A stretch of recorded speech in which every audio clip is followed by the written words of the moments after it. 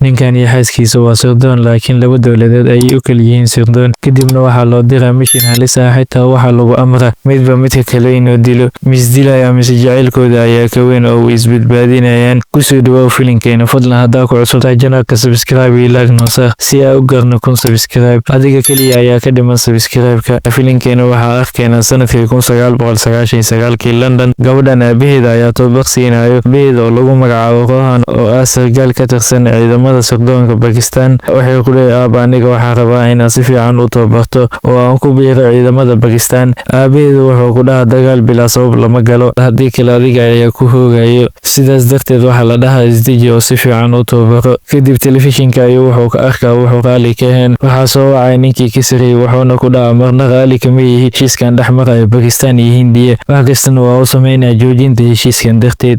kadibna uu soo baxa gaariga ayuu raaca. Gabadhiisa ayay wuxuu ku dhahay aaba aan ku raac, balse wuxuu dhahay waxa ilaaway ii soo qaad. Markuu gaariga galo wuu la qaxaa, kadibna aas ayaa loo dhigay. Markaas ninkan ayaa meesha imaanaya, waxaana lagu magacaabaa Dharma. kadibna aabaheeda ayuu uga sheekeynaa, wuxuuna ugu tacsiyaday geeridii aabaheeda. kadibna wuxuu dhahaa aabahaaga ayaa aniga guushan isoo gaarsiiyey, sidaas darteed waxaa ku qasbanaya inaan ku caawiyo, weliba si fiican ayaa kuu toobaqaya. laakiin 30 sano jir markaa noqotid, laba go'aan midkood ayaa qaadane. anigoo ah sirdoonka Pakistan ayaa nagu soo beeray, ama noloshaada ayaa sii wadane. waxay dhaheen maalin ma rabo inaan ka maqnaado sirdoonka oo inaa hadda igu dartaa. asagana markaas aad ayuu ugu farxaa arrinkaas. markaas waqti badan ayaa kasoo wareegaya, waxaana la gaarayaa 2024. waxaana arkaynaa qaybta sirdoonka Hindiya ee New Delhi ayaa waxaa loo soo sheegayaa in ninkii Bob lagu magacaabayay ee ka tirsanaa sirdoonka la afduubtay. cidda keliya ee badbaadin kartana waa Tiger. kadib waxaa loo sheegayaa inuu ninkaas soo badbaadiyay Tiger. markaas wuxuu imaanayaa halkii lagu haystay, kadibna wuxuu arkaa in sux loo jirtilay. markaas ayuu dagaal galayaa, si xun ayuu u dagaalay. kadibna wuxuu soo badbaadinayaa oo wuxuu kusoo soo badbaadinayaa helicopter. Bob wuxuu Tiger u sheegaa in Sawyer ay ku lug leedahay hawshan qarsoon,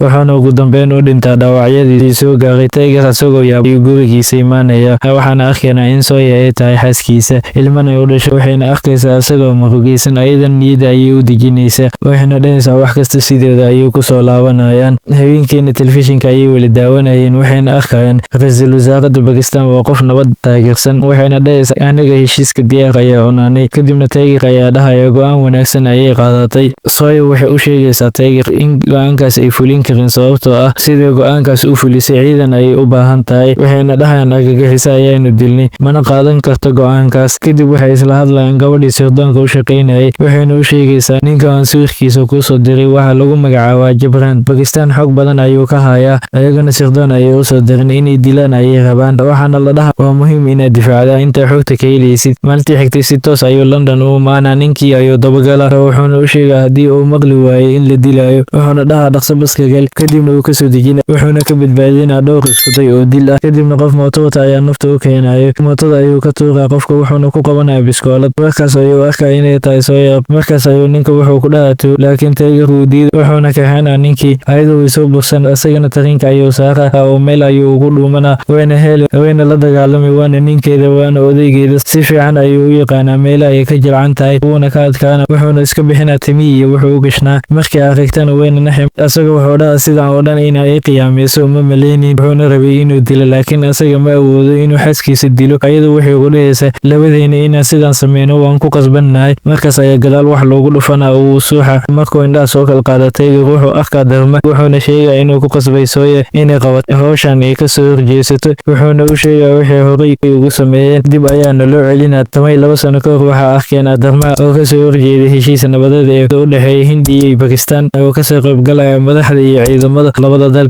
isagoo qorsheynaya inuu dilo taliyaha ciidanka Hindiya. Dharma wuxuu kasoo horjeeday dhammaan dadaalada nabadeed ee Hindiya iyo Pakistan. Sawyer waxay diidaysaa inay qorshaha qayb ka noqoto, waxayna si qarsoodi ah ugu wargelinaysaa Tiger. Dharma xaaskiisa oo u qoleeda ayaa dhahaysa aniga ayaa mishinka fulinayo oo dilayo. kadibna waxaa arkaynaa ayadoo toogan rabta ayaa Tiger kasoo gafaqay, laakiin inay disha ayay rabtay uu ka badbaada, ilaa ay iskuday badan ay sameyso oo Tiger oo toogto qofka xabadda soo ridayay. Dharma wuxuu sheegay in xaaskiisa qorshahaas wax ka ogeyn, dembiga asaga ayaana saaranayo, waana la xiraa, waxaana laga saaraa sirdoonka Pakistan. waxaana arkaynaa hadda in Dharma uu gacantiisa ku jiro wiilkooda. hadday rabaan inuu u badbaadiyo wiilkooda waa inay u qabtaan howl Tiger iyo Sawyer si fuliyaan hawshaas labadooda. isla markaasna Tiger wuxuu wacaa asxaabtiisa qadiimiga wuxuuna dhahaa ii imaada waxayna iskugu imaanayaan Turkiga. Sooya ayaa waxay u sheegaysaa in rabo inay soo xadaan qalab ay ku jiraan macluumaad muhiim ah. arrinkaas waxay ka dhex dhacayso waa Turkiga. Halis badan ayaa u bareerayna. Gabadhan kaliya ayay indhaheeda ku furmeen, kadibna darkaash ayaa tusaya xaaladii wuxuuna dhahaa indhaheeda ayaynu koobiyeynaysaa. Gabadha waxaa loo diraa Sooya. Tigerna wuxuu bilaabaa hawshiisa, laakiin markaas gabadhii iyo Sooya way isdagaalayaan. Sooya gabadhii way ka adkaanaysaa. Dagaal dheer kadib indhaheeda ayay ka soo qaadaysaa, meeshana way iskaga soo baxaysaa. Halka kale waxaan arkaynaa Tiger ayaa galaya, wuxuuna la dagaalaya ilaaladii. waxaana loo soo diraa indhihii, wuxuuna la soo baxaa feelashii, wuxuuna iskaga soo baxaa meesha. Banaanka ayaa saaxiibkiis ku sugayay, ciidamada ayaa badsanaya, kadibna saaxiibkiis ayuu feelasha u dhiibaya, wuxuuna ku dhahayaa orod Sooya u gey, wax kastoo dhacana dib ha u soo laaban xitaa haddii aniga lay qabto. Kadibna feelasha wuxuu u geynaya Sooya. Sooya biskoolada ayay ku qabanaysaa, waxayna dhehaysaa meeshiina ha ka soo dhaqaaqina. Feelasha way ka qaadanaysaa, wayna ka tagaysaa. Ciidamada isku wax qabanaya Tiger oo isdhiiba oo leh, wuxuuna gacanta u galaa booliska Turkiga maadaama uu darmaa xogtooda siiyey. Sooya wuxuu boorsadii u geynaysaa darmaa, wuxuuna u sheegayaa in meesha ay ku jiraan koodadkii gantaalada lagu hagay ee Bakistaan, laantoodna ma shaqaynayaan gantaaladan. Adigay Tiger waxaa soo xadeen koodadkii, taasna waxay keentay in Hindi iyo Bakistaan isku dagaalaan maadaama ay labadooda kala maleeyaan in midba midka kale uu u geeyey. Sooya wiilkeeda ayay meesha ka wadanaysaa. Darmaa wuxuu ku guuleysan kuwa labada dal ee u kala arkaan khiyaanoolayaal maadaama ay labada dal u kala maleeyaan midba midka kale inuu u geeyey koodadka.